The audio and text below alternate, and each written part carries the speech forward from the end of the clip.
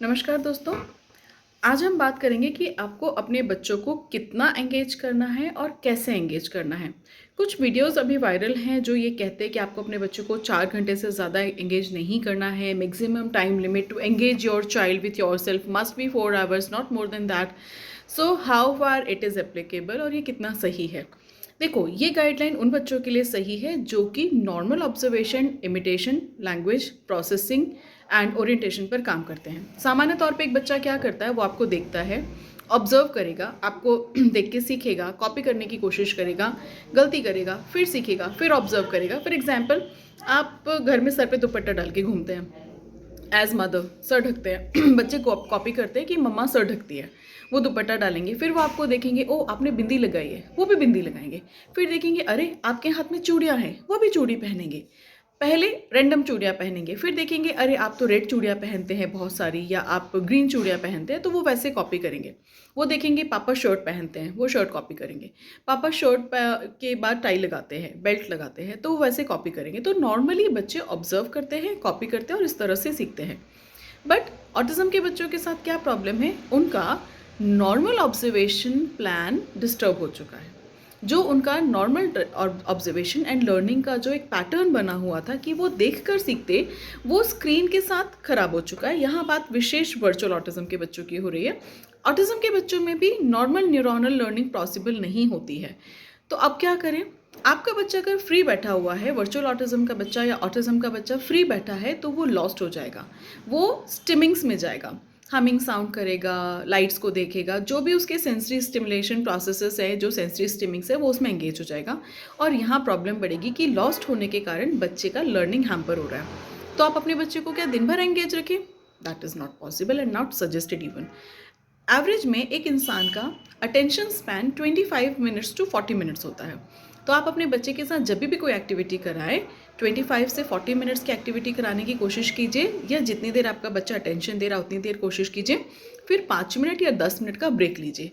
Break time में आप ऐसा कर सकते हैं कि या तो उसको उसका सेंसरी स्टिमिंग कंटिन्यू करने दें। फॉर एग्जांपल, अगर वो फिंगर्स देख रहा है, बाहर देख रहा है, गोल घूम रहा है, तो उसको थोड़ी देर के लिए वो काम करने दें कि वो सेटिस्फाई हो जाए।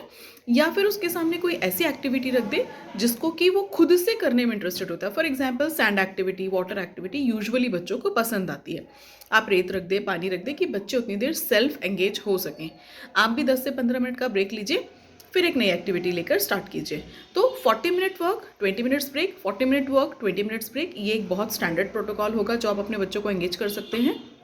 दिन भर एंगेज बच्चे होते ही नहीं हैं, और आप कर भी नहीं सकते, करना भी नहीं चाहिए। नहीं तो अगर आप दिन भर खुद ही एंगेज करेंगे तो बच्चे आपकी आवाज़ के लिए रजिस्ट हो जाएंगे, वो आपकी गाइडलाइन कमांड्स को फॉलो नहीं करेंगे। बल्कि कई बार ऐसा भी होता है कि बच्चे पर्टिकुलर एक पेरेंट की आवाज़ सुन के चिढ़ जाते हैं, यूजुअली मम्मियों की।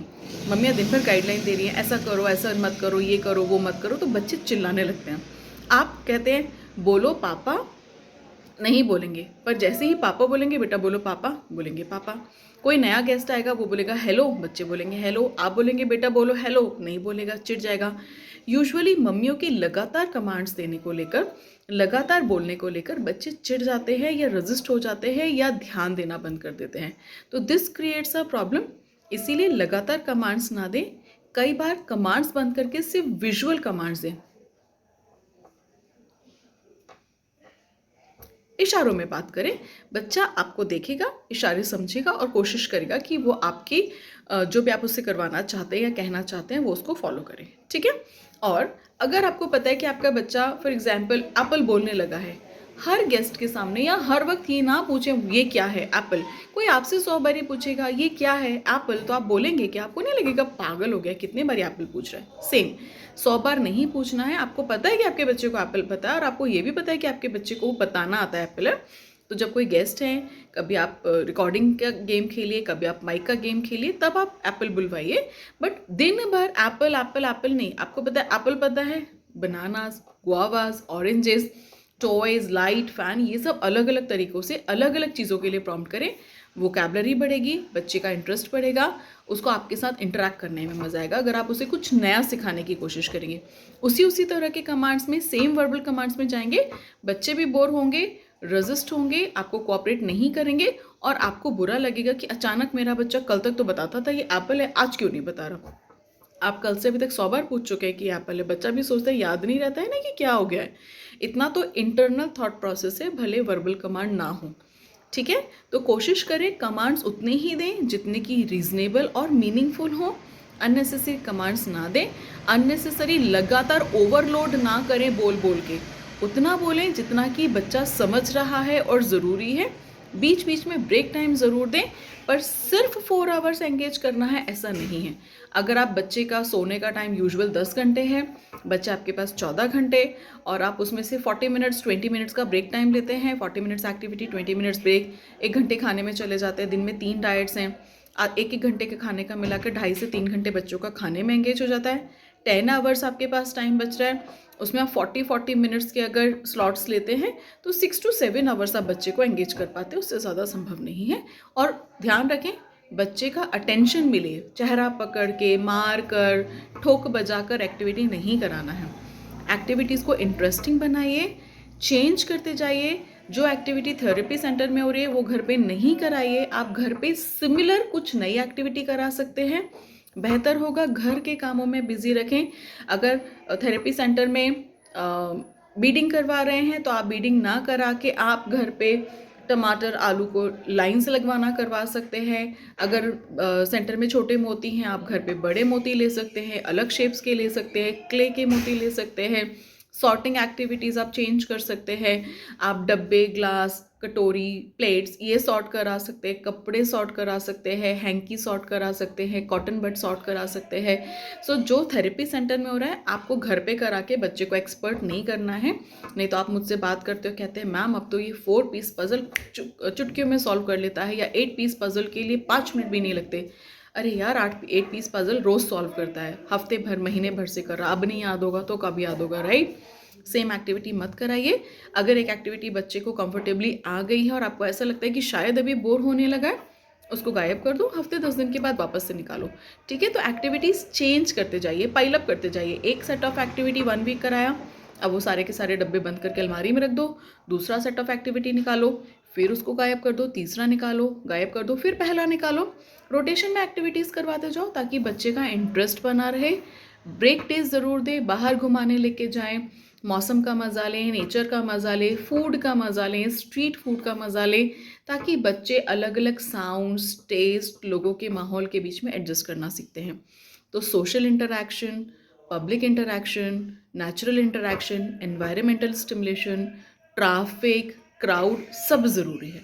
ओके, सो प्लीज़ अपना बच्चे के साथ टाइम टेबल ऐसा मैनेज करें कि बच्चा कंफर्टेबली एंटरटेन होते हुए आपके साथ एंगेज हो और आपको भी मज़ा आए। सेम मोनोटोनस एक्टिविटीज़ नहीं कराना है। और इम्पॉर्टेंट बात बिल्कुल ध्यान रखिए, आपको मैंने कहा कि आपको बच्चे के साथ बैलेंसिंग एक्टिविटी करानी है।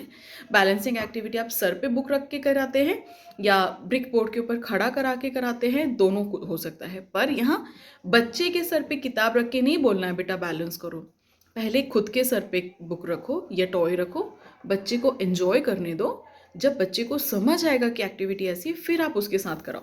फॉर एग्जाम्पल, अगर मैंने ये बॉल को अपने सर पे रखा, then I have to balance. बच्चे को दिखना चाहिए कि ये बैलेंस हो रहा है। फिर अगर आप बच्चे के सर के ऊपर रखेंगे तो वो कंफर्टेबल होगा। आप रखेंगे तो वो सोचेगा क्या है, मेरे सर पे सामान रख दिया, वो गिराएगा, आपको गुस्सा आएगा, बैलेंस नहीं कर रहा है। क्या आपके बच्चे को पता है बैलेंस करना क्या होता है? नहीं पता ना। उसको तो फन पता है, एक्टिविटी पता है। आप अपने सर पे रखो, थोड़ी देर एंजॉय करो, वो कर पाएगा। अगर आप बैंगल गेम कराते हो, आपने एक बैंगल लिया, बैंगल को आपने 1 फिंगर में घुमाने का किया, आपने 2 फिंगर में होल्ड किया, 3 फिंगर में होल्ड किया, 4 फिंगर में होल्ड किया, 5 फिंगर में होल्ड किया, उसको पहना। तो ये आपको बच्चे के साथ करके दिखाना है कि 1 फिंगर में होल्ड करके रखो, 2 फिंगर में होल्ड करके रखो, 3 फिंगर में होल्ड करके रखो, 4 में होल्ड करो, 5 में होल्ड करो, पहन लो। जब बच्चा आपको ये करते हुए देखेगा तो डेफिनेटली वो कॉपी करेगा और इससे उसका लर्निंग बढ़ेगा। बच्चा जैसे जैसे ऑब्जर्वेशन एंड कॉपिंग के पैटर्न में चला जाएगा, ट्रस्ट मी आपकी एक्टिविटीज़ बहुत ईजी हो जाएंगी और आपको वो प्रोडक्टिव लगेगा, क्योंकि बच्चा हर बार आपको देखता है, कॉपी करता है, सीखता है। ये एक नेचुरल लर्निंग प्रोसेस है जो बच्चे के दिमाग में आना ज़रूरी है, फीड होना ज़रूरी है। तो आप बच्चे को करके दिखाइए, फिर उससे करवाइए। This will help him to understand and do this activity in a more proper way. और इस तरीके से बच्चा जब 20 मिनट्स उसका फ्री टाइम है तभी भी वो लॉस्ट नहीं होगा कि खोकर दीवार की तरफ देख रहे हैं। वो भी देखेगा मम्मा क्या करने गई, किचन में गई है, ओके पापा क्या कर रहे हैं, ये कर रहे हैं, ठीक है मैं भी करता हूँ। वो ऑब्जर्व करके कॉपी करेगा। सो ऑब्जर्वेशन एंड कॉपिंग ये तो इंपॉर्टेंट एस्पेक्ट्स हैं जो आपको बच्चे को सिखाना है कि बच्चा देखे और सीखे। उसके लिए आपको करके दिखाना पड़ेगा। आप सोचे कि बच्चा खुद से करने लगे, नेचुरली ऐसे होता है, बट समहाउ ऑटिज्म और वर्चुअल ऑटिज्म में ये चीज़ें लैग बिहाइंड हो जाती हैं और हमको इसको स्टिमुलेट करना बहुत ज़रूरी है। सो आई होप इट हेल्प्स कि आपको अपने बच्चे को कब, कितना और कैसे एंगेज करना है और इस एंगेजमेंट को कैसे प्रोडक्टिव बनाना है। Stay safe, stay smart, happy parenting.